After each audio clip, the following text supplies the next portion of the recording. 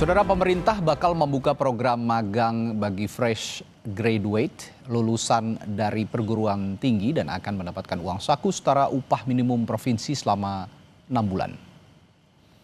Presiden Prabowo Subianto memanggil sejumlah menteri bidang ekonomi ke Istana Kepresidenan pada Senin siang.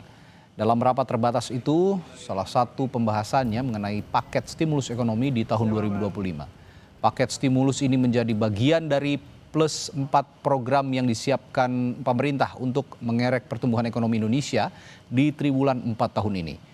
Menteri Koordinator Bidang Perekonomian Erlangga Hartarto menyebut salah satu stimulus yang diberikan adalah produktivitas dan keterimaan angkatan kerja yang baru.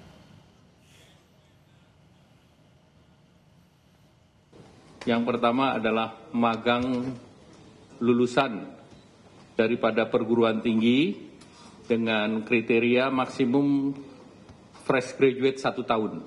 Apakah itu S1, D3, dan yang lain, itu di link and match-kan dengan dikerjasamakan dengan sektor industri, di mana penerima manfaat di tahap pertama 20.000 orang, dan selama proses bekerja diberikan uang saku sebesar upah minimum UMP.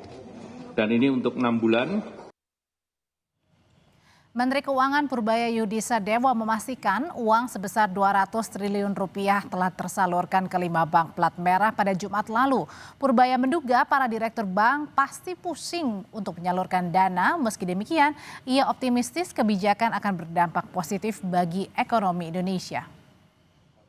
Hari Jumat sudah masuk ke perbankan, uangnya udah nongkrong di sana.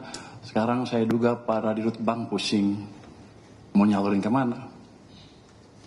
Tapi saya pikir dengan cara itu paling enggak kalau mereka belum bisa nyalurin karena mereka punya uang lebih, dia nggak akan perang bunga lagi, bunga akan cenderung turun, itu akan berdampak ke ekonomi dengan itu sendiri ya. Bisa bunga pinjaman turun, bisa juga bunga deposit turun, yang jelas cost of money turun. Jadi yang punya uang nggak ragu untuk belanjain, yang mau pinjam ke bank nggak ragu untuk pinjam. Untuk alokasinya sebetulnya niat saya adalah suka-suka banknya.